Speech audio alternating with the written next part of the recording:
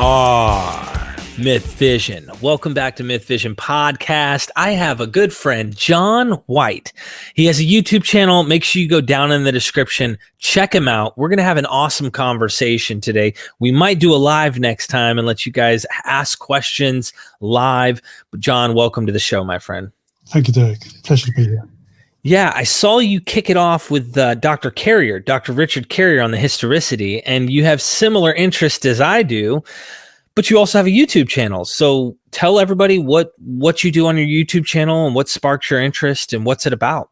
Okay. Well, my YouTube channel is called Crecganford, and it's basically telling stories about religion, about myth, about legend, and it's called Crecganford because I actually live in a place that was known as Crecganford in ancient history books, which was where the Saxons came to England and kicked what were Britons out of England, and England became the England we know today. But that interest then allowed me to look at other religions and other things, such as the Abrahamic God, and I bumped into Richard Carrier's work on YouTube, and I thought, I must talk to this guy. And he himself has many good stories. And say, on top of all the other things that I know about the Anglo-Saxon, Norse God, Proto-Indo-Europeans. So, that is interesting. Indo-Europeans, I hear a lot about this. There's a few floating theories out there, but mainstream, there's a majority group that sides with one theory. And I honestly, I'm a student. I don't know these things like you would. So I don't even know where to begin ultimately. I can tell you where we can begin. So, yes, the theories, there tend to be theories of where did Proto-Indo-Europeans start? Okay, so in the history of the world, there was a Younger Dryas period, and that was a period where the earth suddenly got cold and then warmed up again over a couple of thousand years, and that was about 14,000 years ago. And it was almost like a reset button on human civilization. And in Eurasia, when the humans restarted, one of the most fertile places was what was Anatolia, where modern-day Turkey, and they created Göbekli Tepe, if you may have heard of that, which is one of the oldest temples we know of. And just near there, we believe the original farmers started, what we call early European farmers. And they spread because farming seemed to be a really good thing, although if you look at it, actually, it's a really hard thing to do. It's a lot more energy to get less food compared to hunter-gathering. But it was very popular, spread across Europe. And then some couple of thousand years after that, another group just north of them near the Black Sea in the Russian steppes, they worked out how to tame horses, to ride, and invented the wheel that could be used in wagons. And that, coupled with farming and the advantage you get of having wheeled transport, suddenly made them spread across the Eurasian continent. And with that, we can tell through common languages, so we can tell there's common traits in particular languages that most of our languages come from this one point in the Eurasian continent. They spread their myths and their stories, and that sort of really interests me in, wow, we've got all these stories in all these different places. Can we trace them back to a single source? And that is makes me go, who was their original gods, and what's the difference between them and the Abrahamic religions? So Interesting. So during this, I'm familiar with Göbekli Tepe, if that's how you actually pronounce it, and and I'm aware that a lot of people will say that that's when agricultural farming, things like that, might be taking place in this period, so to speak, roughly give or take a few thousand years, and we went from just hunter-gatherers to farming. But this is also where a lot of people think the origin of religions, or at least after the Ice Age, that we can even trace back to, religions really have their trace into. Do you happen to have any idea what the gods were that people worshipped, or what they maybe believed? So religion, as I see it, started, it's always been there. I think there's a natural human desire to want to believe. So even if you're an atheist and don't believe in God, you do have a natural desire to believe in something, whether it's Star Wars or something that you wouldn't necessarily consider religious, but could be considered a religion, strictly speaking. So 40,000 years ago is when we start seeing actually the first religious objects appear. and the most famous is a lion man. So a lion man was carved, found in a cave in Germany, about 38,000 years old. And it's the first time that there is some personification of an imaginary object that someone can hold. And we can tell by looking at it, actually, that this object, and I've got a model of it just up here if you want to see it. In fact, let me... here we go. So you see. So this man, say 30,000, it looks like a cave lion. And cave lions were probably 50% bigger than African lions. They're huge. The most dangerous beast probably around at the time, which is why it's created. And it's been created into a human form. And this object, you can tell, has been passed around. It's got a smooth body, as though people keep holding it. So people are telling stories with this. And that's the very first example we've got. And then after that, we start to get what we call Venus figures. And they're figures of women, normally quite buxom women, I'd call them. You know, I think is the modern day term the kids use. But yeah, so where people worshipping a mother figure, almost like a mother goddess or goddess of fertility to help, I guess, spread the human race.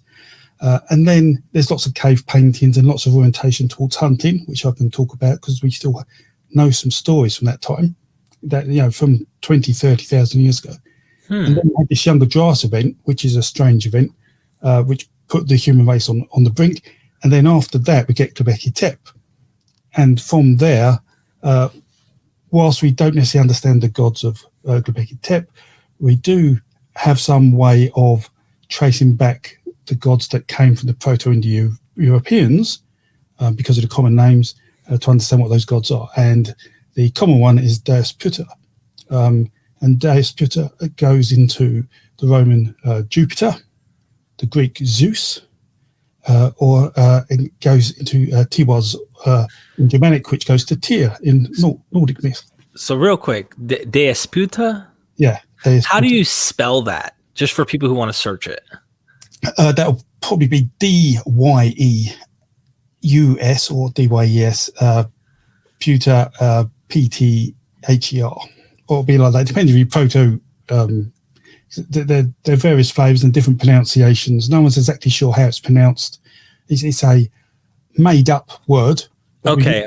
Because we have Heavenly Father, like a Heavenly Father type figure. It means sky god, basically. It is the God of all you see. And from there, so you have a Mother Earth and a sky god. And from there, other gods start to happen. So you get gods of storms.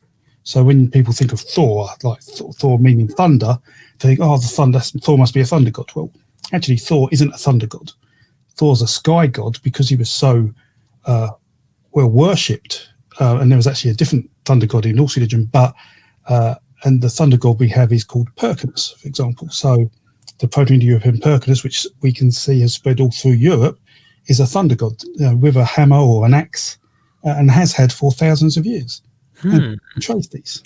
Well, Yahweh would be a sky god, and also is seen fighting, according to the critical scholars like Dr. Robert M. Price, which I'm going to hook you up with him, by the way. You're going to, I know you'll have fun doing shows with him on these topics, but he talks about how Yahweh fought Leviathan, and there's even the lore that he created the world from the carcass of the dragon. That is fantastic. So there are a lot of creation myths around. Okay, but I'll tell you a few briefly, and then this should astound you if you've never heard it. Okay. I love this. So initially, when people tried to work out, are all these religions the same? There were two people sitting on the fence. They were trying to say, well, did it go through Iran and into the Rig Veda, or did it go to Greece or Rome? And they couldn't work out. And the big issue was the Nordic myth. The Nordic myth didn't fit, the Germanic myth, because the Germanics went up to Norway and Sweden to Scandinavia. It didn't fit. They couldn't work it out until they realised that the Nordic myth is actually so close to the original, it didn't change like the other myths. And that's because it's quite isolated. It didn't have as much influence from other cultures. And to summarise the Nordic creation myth, it goes a bit like this. So in the beginning of the cosmos, It was all dark, and there was heat and cold. And heat and cold came together, created the first primordial being called Ymir. Okay. Now, Ymir also had with him a giant cow, and that's a common mythology, a giant cow pit. So that tells you that this creation myth came about when we started using cows in farming. Okay, so Ymir, giant cow. The giant cow was licking some of the ice, and Ymir was neither man nor woman. He was both as one. And Ymir actually cognates with the word twin, meaning two. And what happens is Ymir basically rubs his legs together, keep this family friendly, and creates some beings. The cow licks some ice, creates some beings, and these beings turn into the gods and what we call giants, or the Jothuns, which are like monstrous beings that came to be the Norse gods. Okay. Now, 3 of those turned out to be Odin, Vili, and Ve. And Odin, or Odin, as most people call him, Odin is how you pronounce it properly. They got fed up of floating around the cosmos with Ymir, so they killed Ymir, and with his body, they created the world. And then Odin comes down to the world with Vili and Ve, and in some stories, they then create humans from trees, and that's how the world came to be in the Nordic creation myth. However, because you think, oh, that's quite a unique story. If you haven't heard it before, you think that's interesting. So let's take a Roman creation myth, not the sort of the larger culture, but the one of Rome, of Romulus and Remus. Right. Romulus and Remus are twins, and a mere figure. They don't have a cow, they have a wolf who they suckle for their milk. Romulus kills Remus and creates Rome. There you go. And there's all these types of myths. And so the very original Proto-Indo-European creation myth, and this was created by Dr. David Anthony, who's a very famous professor in Proto-Indo-European work. The very original Proto-Indo-European myth, so one that was created 6,000 to 8,000 years ago, went, in the beginning, there was Ymir, which is Proto-Indo-European for twin, in effect, and Manus, who was man, so man and his twin, and a giant cow. Manus got fed up of floating through the cosmos in the beginning, killed Ymir, and created the world to his body parts. And then Manus comes down to the world and teaches as a priest figure, and teaches through ritual sacrifice how to keep the world in order. And so and if you think that story is 8,000 years old, then you've got the Nordic myth that we still know today. And then you've got other myths like the Roman myths, but equally the Greek and the Rig Veda and the Persian myths all had these similar traits of killing a monstrous being to create the world. You start that's the thing that's like, wow, actually we could all be created. And so some people may say, but that myth, it could just be a natural human thought to think that. So it could be coincidence that multiple cultures think that. However, we can prove that Ymir and Ymir and Martin from the Persian, all stem from Ymir, all stem from this twin idea. And because of that, we can tell that primordial God is the same word in effect from all those different cultures. We know it must have stemmed from the same source. It's kind of like, and I love this because to give you I guess you'd say an archaeological example, why are there pyramids on every continent? Why do we find pyramid structures? Not just any building. I mean, yeah, humans are going to build a building. Whoop-de-doo. We're talking about pyramid-shaped, sometimes using similar measurements, and you can tell that there's a common knowledge that's passed down and taught to these societies in some respect. They're not identical in every way, but you kind of look in South America and then you look at Giza and you go, well, what happened here? And some people want to go, well, it was just in the imagination of man. I'm not going to say it's not plausible or a possibility, but the likeliness of them not having some common knowledge that somehow was passed down from a source at some point in the distant past, to me, that's more probable. And so, yeah. The stories I like. So let me tell you the oldest story we know in the world. Okay, tell me. I cannot wait. Okay, so other people say there's older stories to this, but this one we can prove its age. Okay, and therefore we know. So it's the oldest one we can prove the age of. And it starts by a group of hunters around a fireplace eating some elk. Okay, and it's night time, and they're in northern Germany. Okay, and the main hunter starts telling this story that in the spring, an elk comes out of a cave where he's been hibernating, and these hunters are hungry, and they go and chase the elk, and it runs through the sky. Okay, and it runs through the night skies, and there's a constellation that represents this elk and these hunters, and which is, we call it the Plough, the Big Dipper, Ursa Major, if you're familiar with that constellation. And we know that because the hunters that are chasing this elk have pots and pans and spears, and that's a common mythology where this story is told. And if you look at Ursa Major, you'll see that by the main stars are actually smaller stars that represent these pots and pans and spears, which you wouldn't necessarily normally see. Anyway, this hunter chases the elk across the seasons until winter time. And there, winter time, they manage to kill the elk, and it lies on the ground dead. And they eat it and celebrate and feast. But the next spring, a baby elk comes out of the cave, because that was a mother elk, and it's had a baby, and it comes out, and the cycle repeats, and people chase that. And that is how they view the story of the sun going across the sky and getting warmer and then darker, and the night ends. Now, you think, okay, there's much there, John. How do you know that's old? Because the same story's been told in Italy, but they don't have elk in Italy. They tell it with a deer, and the deer catches the sun in its antlers and pulls it across the sky. Okay, still you're not convinced. Siberia, the same story's told. They have elk, but their elks don't have antlers. Any guess what animal they use? Reindeer? Mammoth. Oh, mammoth. Ooh. Right, so that starts giving you a clue of how old this is. And the mammoth doesn't run through the sky, but rather than kill it, it hides in the water in the winter, and it comes out of the water, the river, the water in the spring, and they chase it again. We're not done there. In North America, the same story is told by the natives there, and they use a bear. Right? But in the autumn, they kill the bear, and its blood sprays across the land, turning the trees from green to brown, and that's why the trees' leaves change colour. Now, if you look at that story and think, well, how did that story go from Germany to North America? It must have happened when there was an ice age bridge between Russia and Alaska. That's 20,000 years ago. The fact it's using mammoths in Siberia, at least 20,000 years ago. But here's the catch, right? Ursa Major never in the northern hemisphere stays in the sky, clearly in the sky. It never touches the horizon. It never can hide in a river.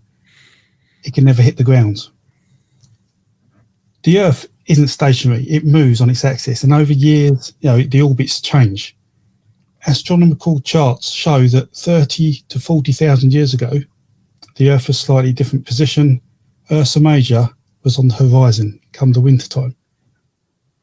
See, this is exactly why I'm making an intro right now to my show. I've got people working on graphics, okay. And it starts with like just mountains. Okay, you're right there on Earth. Okay. Then I launch up into the sky, and there I appear, and there's planets and there's asteroids. Because I think the further back we go, we find a huge connection to the heavens. Okay.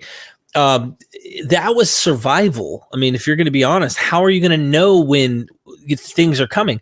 But also, they were oral thinking people. A buddy of mine, Dr. John Knight Lunwall, he has written a book about this, but ultimately to dumb it down, prior to writing, they were oral people. And the way that they memorized things, they connected things. Like if you and me were back 40,000 years ago and we saw Venus come up, and when Venus starts coming up at night, because it's their TV at night, and you and me are observing the stars, and we notice that the green's coming and it's warming up, the spring is coming, we would like naturally connect, because humans work based on pattern. We would look at Venus and say, it has the power of life. Because every time Venus comes, life comes on Earth, green comes. So they start connecting celestial bodies by observing what's above, because it never changes. It repeats the same cycles, and connecting it to, the reality on earth as it is in heaven.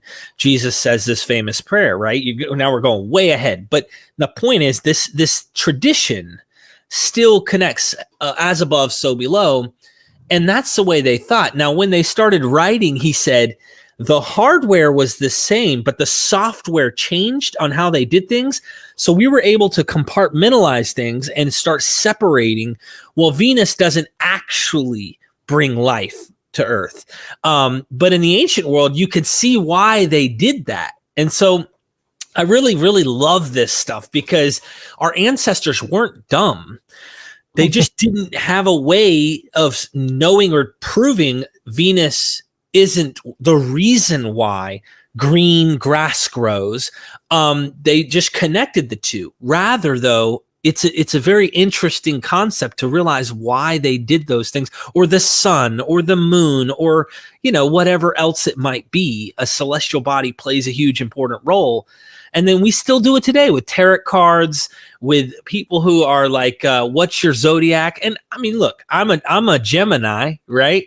But does that really change my destiny? I mean, that's what people believe. It's still passed on till today, but we just rabbit trailed a little bit. But no, that's interesting. So one of the Greek philosophers said, I don't know, Socrates, saying that writing was the worst thing ever to happen to humanity because we forgot how to think and look at the world.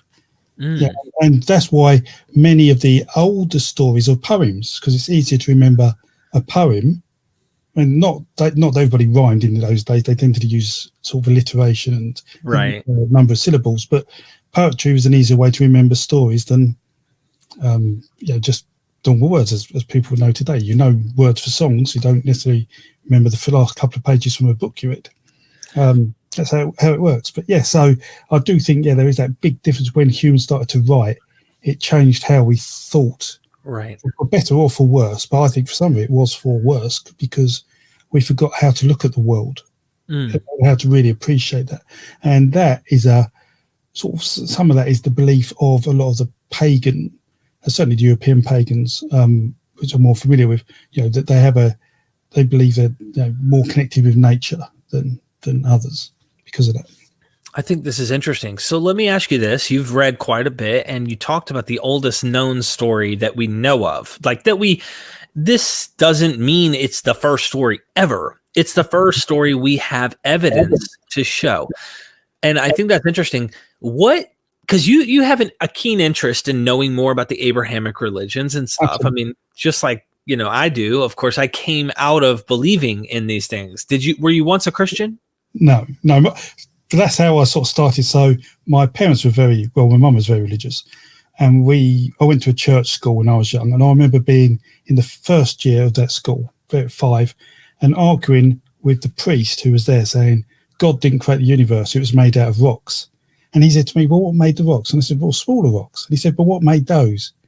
And I thought, at that point, I'm going to come back one day and prove you wrong. You've started something, and it's all his fault. See. When I was 5, having a priest try to convince me God created the universe. That's amazing, though. I'm glad you had that keen curiosity on wanting to figure it out. Let me ask you this. With you knowing these Indo-European, or if you will, proto-European mythologies that go all the way back in time as far as we can stretch and prove, what have you noticed with the Abrahamic religions? There's definitely borrowing going on. Obviously, we know that, for example, Genesis is borrowing from the Enuma Elish. We know that they're borrowing flood myths. We know they're borrowing the Mesopotamian Apkallu and other deities that are there with their divine, strange, powerful, godlike creatures, which I just personally read Genesis 6 and I see that there's some odd beings, if you will. This is not just humans. These are definitely divine creatures of some sort. That really is important, I think, in connecting this and realizing if you try to make that a human source in the Abrahamic Genesis myth, because their myth is there. Like, that's where the beginning of their story starts. If you notice that those are divine creature beings, powerful beings like they are in the Mesopotamian myth, or they are maybe in the Proto-European myth. Do you see connections in this story in some way just changed? See, that's the thing that fascinates me, because there is no obvious connection. For someone who's lightly into the Abrahamic religions, I can't see any obvious connection, and that's something that interests me. Where are these connections? Now, the Proto-Indo-Europeans, as they spread out, they went down, one branch went down to Iran, into Persia, and then into India. And then the Greeks actually visited Iran's courts, took some of that Proto-Indo-European belief and brought it back, as well as having their original stuff. So that's why they got quite a mixed reason. But I do know then that some of the imagery used in the Persian courts then ended up in the temple walls within Israel. And you've got to ask, why is Persian religious imagery in Jewish temples? That now, either there was a young Persian lad who liked a bit of graffiti, did a really good job, or more likely, the cultures combined. Yeah, and say some of the stories. One of the ones I tell on the channel is about God's wife. That's one of the most common ones, Asherah. God have a wife, and where did that come from? You realise the Canaanites had a whole pantheon, a huge pantheon. In fact, I can't even tens and tens of gods.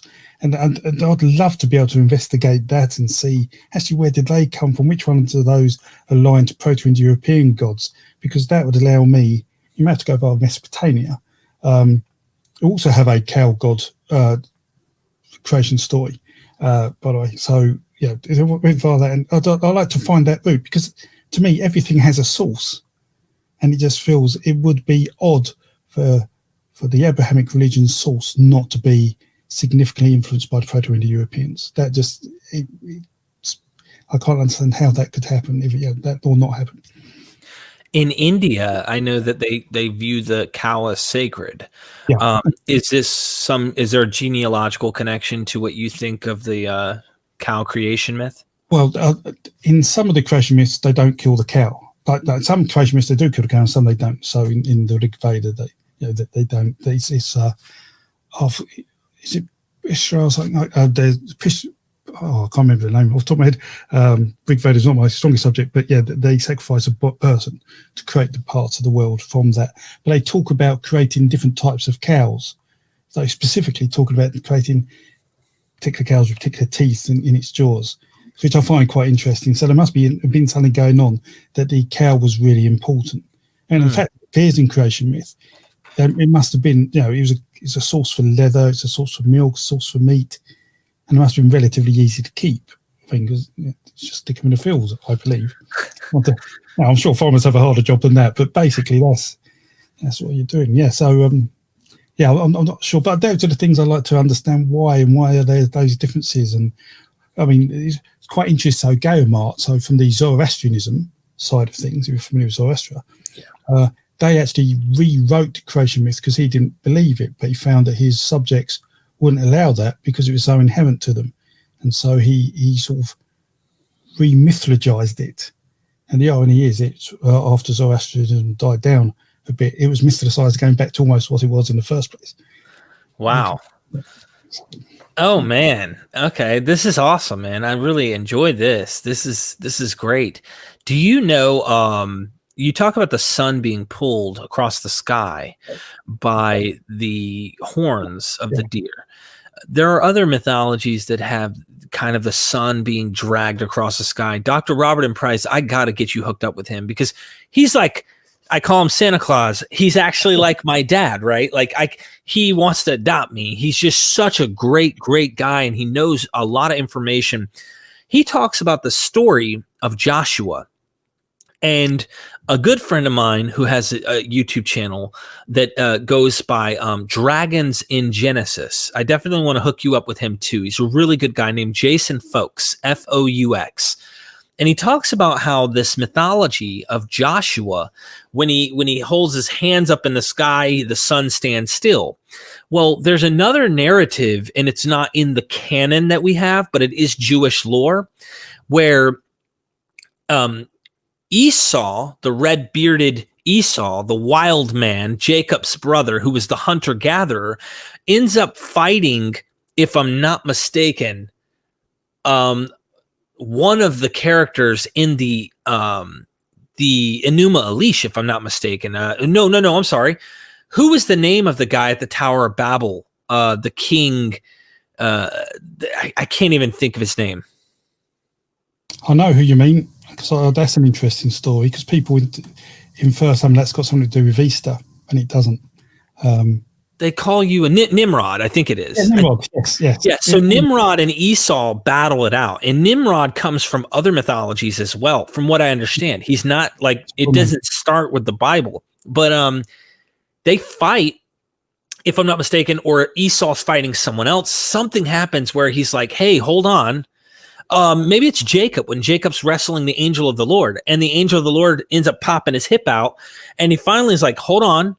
I need to go. The angel of the Lord says, listen, I got to go and move the sun across the sky. If I don't, it won't go. And it's like, where does this come from? So yeah, this is tied in, I think. Yeah, lots of myths are like, so the Norse myths have wolves that pull the sun and the moon. And come Ragnarok, which is the end of the world myth for the Norse, one of the wolves eats the sun. Okay. Okay, so we have to stop here for a second because this is so powerful. I just watched a movie, and you probably have seen it. It's on Netflix. It's about the war between the Germanic people and the Romans, and it's a recent episode with the super hot girl. I mean, she's just beautiful, bro. She's got like paint on her face. Have you seen it?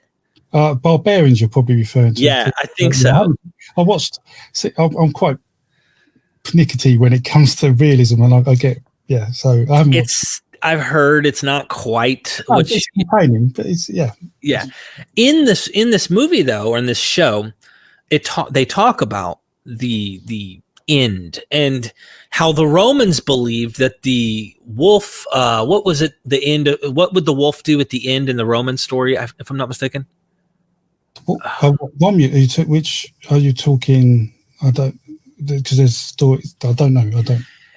I just know that the native people in this show, the native people, the Germans, that the Romans were going and bullying and causing such a hard time with, and making them pay money and things that they just couldn't survive. Right? They had a myth, the Germans, that the show says, and I don't know how accurate this is, that the wolf would be the one you need to fear at the end. The wolf would be the destroyer. Fenrir. So yes. So that, because a lot of the Germanic myth went to the Nordic myth, and we have that reasonably well documented. It has a lot of Christian bias in it, which is a whole new show. But Loki, who you may have heard of, who was a blood brother of Odin. Loki was known for being a bad kind of deity. His child was Fenrir, the wolf. And Fenrir could eat anyone. It was a very terrifying animal, and so the gods wanted to keep him under control, and the only way they could do that is Tyr, who was the sky god to Deus Putter. He at the time said, okay, Fenrir, I'm going to practice binding you, but you can escape. And Fenrir said, I don't trust you. Put your arm in my mouth, and then if I can't escape, I'm going to bite your arm off. And so the gods actually tied him up properly so he couldn't escape, and Tyr lost his arm. And it may be that he's lost his place in the pantheon at that time because Thor becomes the sky god. We don't quite know. But Frey also took over from Tyr rather than Thor. Anyway, so there's a bit of a complex mix, because Odin then comes along, which there's a whole load of thought on that too. So the pantheon had a bit of a mix. But yes, that story of the wolf ending the world, and it came from Loki, who was known for fire. Because his children were all really called after fire. His father was named after fire. So I have the air around him. Let me ask you about the Ragnarok, or the end for the whose eschatology is this that we're talking about here? The Nordic. Yeah. What were they envisioning? I mean, obviously the Judeo-Christian perception of the end is the world will end in fire. Or at least some type of cataclysmic event is supposed to happen. What did they believe what would happen in the end? So there'll be a bit of a battle. All the gods die in their own little ways. Thor gets killed by the world serpent. So there's a serpent in Norse myth that encompasses the world, keeps the ocean sort of in. And so he breaks free, and he Thor kills him, but in the same breath, the serpent kills Thor. Odin gets swallowed by the wolf. But yeah, at the end, once it's all over, the couple of gods survive. But then there's rain for 3 years, I think it is, or night time for 3 years. And then after that, the world looks as though it's normal again. But by normal, I mean it's like sort of paradise and all calm.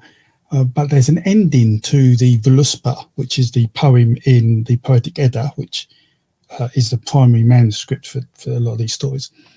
And the ending has that there's a sort of a dragon that lives under the roots of the world tree, because there's a tree called the Yggdrasil, which all the realms are attached to. The dragon lives there, comes out, and the literally last line is, and it flies across the world.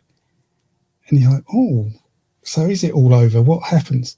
And that's where it ends. But we don't know if that last poem has been added by Christians because it's Christian monks who documented the Nordic sagas and poems.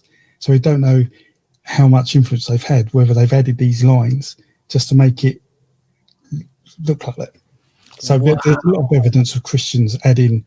So there's 2 books in Norse myth, if you don't know, or Nordic history. So you've got the Poetic Edda and the Prose Edda. The Poetic Edda is a copy of poems, and because they're poems, we have a reasonable belief they're very accurate, because if you change a poem, it no longer meets its rules. So you can say, that poem doesn't rhyme or whatever. Someone must have altered it. But the Prose Edda, which has a lot of the glue to combine these myths together, was written by a Christian monk called Snorri Sturluson. And it does look like he had significant editorial liberty in the production of that Prose Edda, and actually creates whole stories that are definitely Christian or conversion tools to allow pagans to go to Christianity. So we have to. So it isn't beyond measure to have a poem that may have been altered to add that twist to it. Go and subscribe to his channel, please. I'm not even kidding you. Like, everyone needs to go to Jon's channel and check him out. Jon, this has been so far an amazing show. Honestly, I've been playing the game, or actually beat the game, God of War. Have you played that game? No, I don't play consoles really. I just read. I'm quite okay. So. I just, I know about the snake that you're talking about that holds the waters in. I played as the main character in this. What is his name? He fights the gods. I gotta look this up. Huh? Well, in the game God of War, there's a main character. God of War. I can't believe I can't think. Main character. Yeah. Kratos. Okay, yes, that might have a root somewhere. Kratos. Do you know Kratos? Kratos. Let me share with you the image. I'm going to share everybody this. A white body with red paint stripes on it. Is that the yes? game? Yes. I'm aware of the cover of the game. Yes. So this guy right here, does he play any type of character in mythology, or is this just a character invented for the video game? Probably invented for the video game. The name doesn't ring a bell, though it sounds like it's got proto-European ties because of the nature of the word. But it could also be Greek. I don't know. That's It's interesting because that actually, that game takes us into, like, it talks about Loki, it talks about these other characters, and what about the Thor movies? I mean, I know that they're just movies, but it gives people in the world a very basic interest in these narratives, but in a very watered down and very Hollywood style version. 1% accurate, as I'd call it. But very entertaining. As I say, Thor isn't a god of thunder. Nowhere in the Eddas does he produce lightning and thunder. Nowhere. Zeus, though, is a sky god and a god of thunder. He holds Jupiter holds a lightning bolt as well in some things. And Perkinus, which is Fusion in Nordic myth, is the cognate. So that would be that. Wow. Now, do me a favor, because I've never interviewed anybody who comes with this point of view that you're bringing. what are some of the alternate theories competing with the ideas that you side with? So, like, for example, with the Proto-Europeans, I've heard Indo-Europeans, I've heard there's different thoughts, but are they fringe? Are they just not? Is there? Yeah. Okay, so let's say there used to be arguments over where it's sourced, whether it was Anatolia or whether it was the Russian steppes. Well, DNA evidence now overwhelmingly supports Russian steppes for the language. So the Proto-Indo-Europeans weren't a culture, it was a language. So people spoke Proto-Indo-European. But the thing is, if you've got a wheel and a horse and a wagon and a chariot, and you can farm better and fight better, you influence more. Mm-hmm. And so people who wanted to talk to the Proto-Indo-Europeans to get the wheel and the horse would have to speak their language. And so there was multiple reasons why that spread out. So that was one, and that really has no grounds. I mean, before we had this understanding of Proto-Indo-European as well, it was thought that maybe the Chinese or certainly East Asia influenced the Proto-Indo-European sort of population came over. But again, DNA analysis and language just doesn't support that. The only sort of anti-Proto-Indo-European stuff is those Abrahamic type religions or people in other religions, but certainly there is a lot of resentment by people who are really into, let's say, the Nordic or old ways or paganism against especially the Roman Catholic Church and Christians, because in England anyway, you know, there was almost genocide, you could call it, from the Roman Catholic Church to pagans in England, and you don't hear that in history. You don't hear about all the death and the sacrifices, and it's awful stuff. But so that's why I want to understand reason. How did the Roman Catholic Church do that? And there's a whole heap of politics there, and how the Roman Empire then was changing at the time. That's the reason why I'm sort of like to understand why did the Abrahamic religion do that. I mean, there was a really bad God in the Old Testament. He turned into a really nice God in the New Testament, which seems a bit odd. Anyway, and I don't know if you know Jordan Peterson, a psychologist. He said that's the worst mistake the Western society ever did, was turn the Old Testament God into a New Testament God, because it doesn't help people do what they need to do to have a good life. That's a synopsis of probably a few books worth of information by him, but that's it. So but I'd like to understand that what is it that made the Abrahamic religion so popular, that Christianity is so popular, when we can look at it now and just see all the contradictions and some of the people who believe the world is like 8,000 years old or whatever it is, or 6. I really have trouble comprehending that, and I want to understand why people think like that. That's a great point. Marcion of Sinope, he was the guy who wanted to separate the God of the old to the new. I do think that's interesting. He sees that it's not the same, or at least he's not acting the same. Let me ask you another interesting thing. I'm sure you've heard the term euhemerizing or euhemerization. What came to mind when you started describing these ancient religions, these ancient deities, it makes me wonder if there was some tribesman who saw a man who came on who was just mighty. I mean, a warrior who was a great hunter-gatherer, or somebody who led their people, and he was named Odin, or some primitive name that he had, and they honored him on such levels that when he died, maybe they had some type of belief system that you would become the divine, or you would go to the heavens and you would help pull the sun across the sky, or you would be partaker in the heavenly story, so to speak, kind of like Christians believe they'll go to heaven one day. Do you think that these were once men that they have mythologized into becoming the gods? That's interesting. So often there is no one answer. A lot of people think there's a cause and effect, but often there's many causes to create an effect. So Odin is a combination of things, but so I've got a couple of quite in-depth videos on Odin and Woden. So Odin comes from Othor, which is a name that cognates to Wode or Woden, who is the Germanic version of Odin, and Woden comes from Wothanaz or Wode. And Wode was very originally, the name given to the Wild Hunt myth. So there's a myth called the Wild Hunt, which is at least 8,000 years old, or we believe to be, where there's a procession of the dead going through the sky, and there's a thing chasing it. Okay, and that whole group was known as the Woad in Proto-Indo-European. So in Proto-Indo-European times, we'd gone away from personifying gods. We thought of gods as spirits and demons rather than people.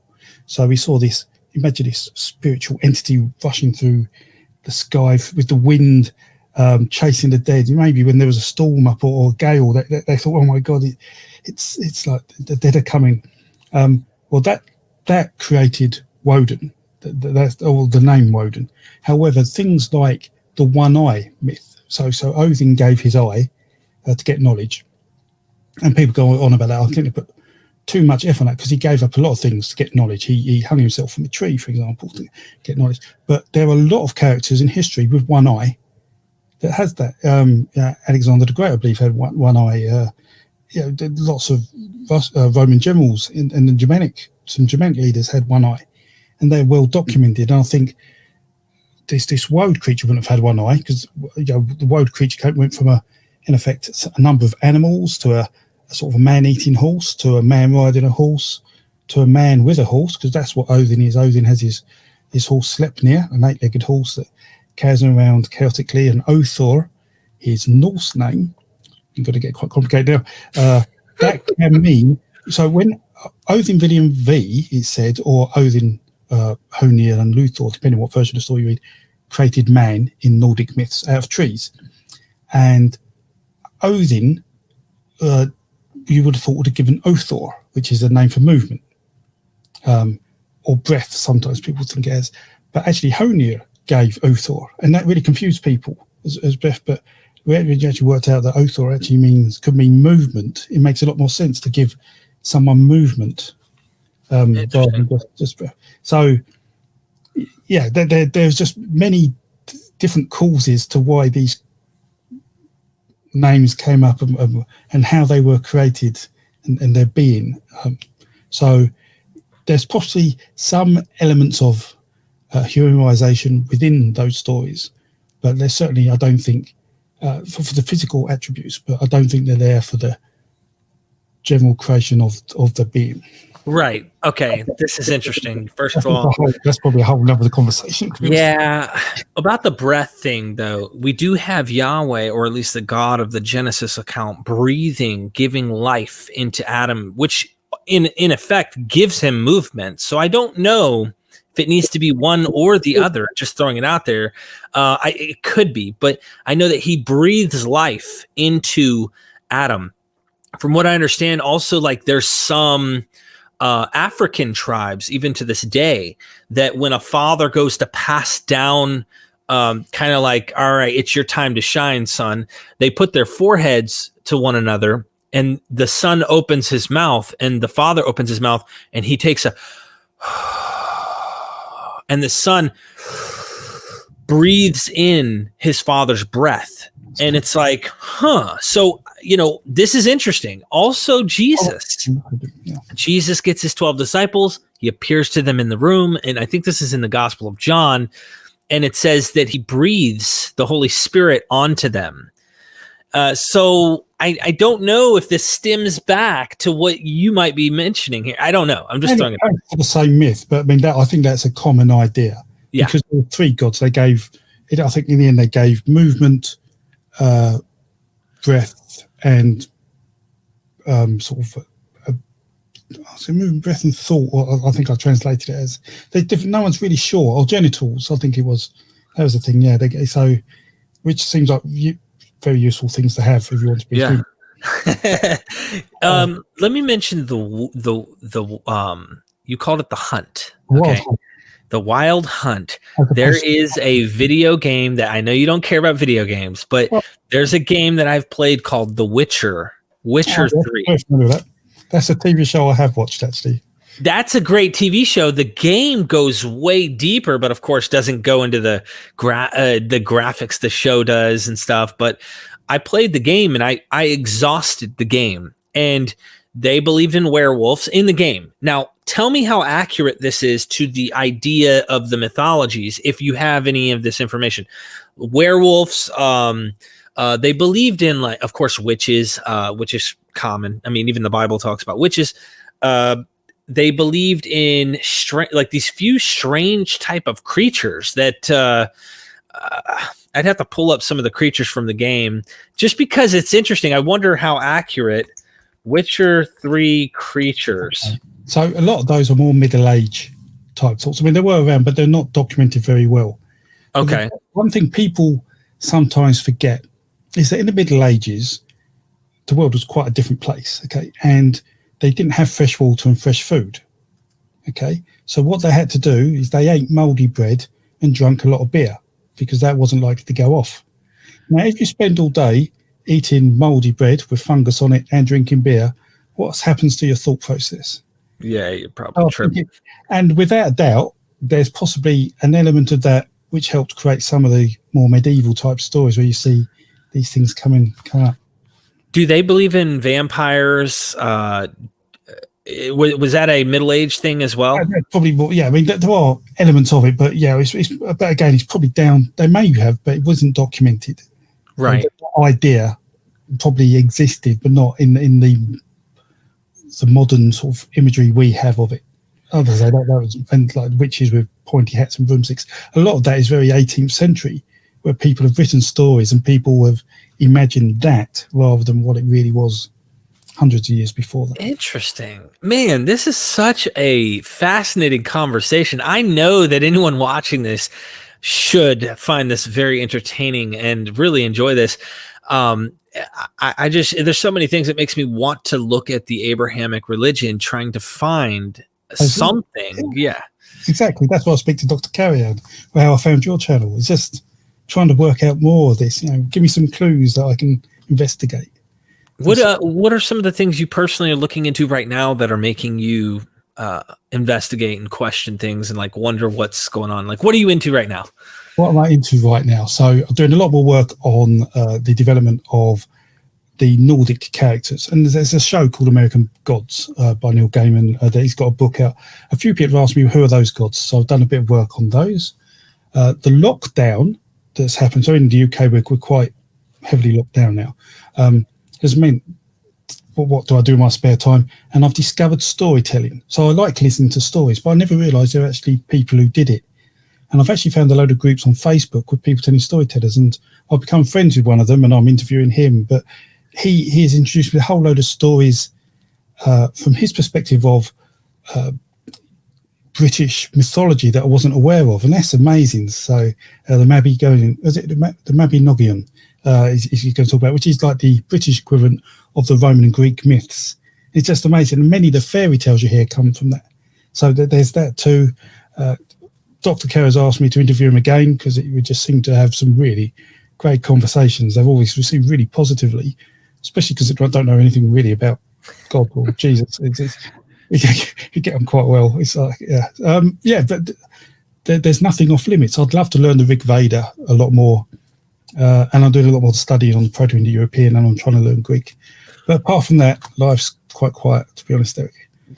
Well, I'm glad. I want to interview you more as well, of course, to talk about these topics, because I don't bring, usually we talk about Abrahamic religion, right? So yeah. I'm trying to do more and bring more. And these fascinate me because there's a church that recently opened up about 30 minutes from my house. Someone was like, there's this weird, this is how they described it. There's this weird white supremacist church, right? And I'm like, white supremacist, what's the name of this thing? I want to find out what's going on here, right? Well, of course, most of the members are white, right? So I was like, okay, well, what's up? Had this weird symbol, and the language is weird on the sign, like it's not English. And I'm like, so I started looking it up, and sure enough, it is a pagan church. They bought the Christian church that was there, and they said, look, we're going back to our roots. We're trying to rediscover our ancestors' gods. And it was an interesting thing I started reading but they do tie it into the idea that they're Caucasian connection. You see where they go wrong? Yeah. And now don't get me wrong. I'm sure that probably a lot of the people who did worship these were Caucasian to some extent in their regions at some points. But correct me if I'm wrong. I mean, is it? There's no mention of race in the Nordic myths. It wasn't a thing. I mean, the changing of white skin is a reasonably recent proposition in human evolution, less than 20,000 years old.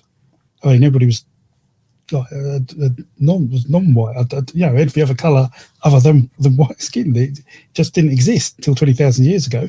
And Proto-Indo-Europeans, as I say, is a language, not a culture. It's not a tribe. I mean, although people are tribal, or were very tribal back then, and no doubt they found, people of similar attributes tend to stick together. You find that's just a natural human phenomenon. Right. I don't think there's any particular hate for any particular colour of the skin. Right. Makes no sense. I'm with you. Yeah, they wouldn't like people for messing with their land or stealing things, not just because of that. That's bonkers. I thought that Africans were in Africa during this time, and they were evolving in a separate region, and this is why they. So there's different theories on the out of Africa theory. Yeah, some people don't even believe it, and I certainly know people who are pagans who don't want to believe it. Right. So I'll go a summary of the history of human race as I know it in 2 minutes. So Homo sapiens, first Homo sapien was probably around 300,000 years ago, found in Morocco, the first evidence of them. Then there have been others found sort of earlier in time for that, but we have found the occasional Homo sapien bones in around the edge of the Mediterranean, dating to maybe up to 180,000 years, 100,000 years. So obviously Homo sapiens left Africa, but they never seem to establish a settlement or tribe for any length of time. But 70,000 years ago or thereabouts, a group left and went to Australia via the coast of India. And the world had bigger ice caps then. So with bigger ice caps, the sea levels are lower. So you could almost literally walk to Australia. So the Philippines and Indonesia, all those, that was dry land all the way through, not on the islands. So, and the Aborigines got to Australia, the tip of it's about 50,000 years ago, and by 40,000 years, they were all around Australia. And so about 6,000 years ago, what would come to Europeans left Africa and then headed into Europe. And the earliest we got was 40,000 years ago at a cave called the Kentish Caverns in Cornwall. It's now Cornwall in England. But again, that was a big land mass. I mean, England was attached to Europe as one big continent. No English Channel or anything like that on North Sea. And not much happened genealogical wise until, as I say, the end of the Ice Age. So there was a big Ice Age about 20,000 years ago, brought the human race close to erupting, certainly in Eurasia. But it was just after that then it looks like white skin pigment developed, because if it was a cold environment and you want to get energy, white skin works better than dark skin in where there's less sun. Right. I get it. It retains more vitamin D without the sun. Exactly. But because there was less sun, and that's how it develops about then. And then you had the Zunga Dras, which is another sudden catastrophe. We haven't sort of quite worked out whether that was a meteorite hitting or volcanoes going off, or a combination of all of them, ice caps melting. And then we end up to where we are today in terms of how the world is segregated. So give or take, after the end of the melting of the Ice Age, 13,000 years, let's just say, ago, approximately, from that point is where we have the distinctions between Asian and... Yes. However, as I say, from the group that left to Australia 70,000 years ago, they contain the DNA. They never mixed with any other humans, apart from a small group in Papua New Guinea. And so the DNA of Aborigines is as close to the humans who left Africa 70,000 years ago as sub-Saharan Africans. Wow. Where the DNA of the rest of the Eurasians, you can tell, come from the second group, and there's a distinction there. And so some of the DNA traits of the Eurasians don't appear in sub-Saharan Africa. Interesting. Guys, what do you think about this? Tell me we didn't go into some amazing stuff. I really enjoyed this, Jon. We got to do more. There's so many gods you can go into. You can get into some clever, interesting rabbit trails, I'm sure. Absolutely. And I don't know if, I've heard theories about the shamans and Santa. Okay, there's some interesting stuff. Does that go into any of this talk? So there's been quite a bit of debate about this, actually. There's a very famous professor of Nordic studies, or used to teach Nordic studies, who said that Santa Claus wasn't related to Odin. And then that brought up a load of PhDs from the Nordic countries, said, hey, we have had Santa Claus type figure in Odin long before you thought Santa Claus. Yeah. And so it actually brings up an interesting point that some academics aren't necessarily aware of the religious aspects of what they're teaching, only the archaeological finds and the books, but not necessarily the belief systems. And that was quite interesting. But yes, and there is some suggestion that the Chamis integrated with the Nordic cultures quite a lot, and that's particularly evident in Iceland. So there was a discovery of the largest hall in Iceland, in the Viking era that they'd seen. I think there's one slightly bigger in Norway, but there's the biggest one outside of Scandinavia in Iceland. And they looked in there and they found that the Vikings brought chamois along to do all their bone carving and all the jewelry making and things like that. So they were really reliant on them for sort of particular skilled labour. Interesting. So there would have been some beliefs that they would have seen and probably bounced off of.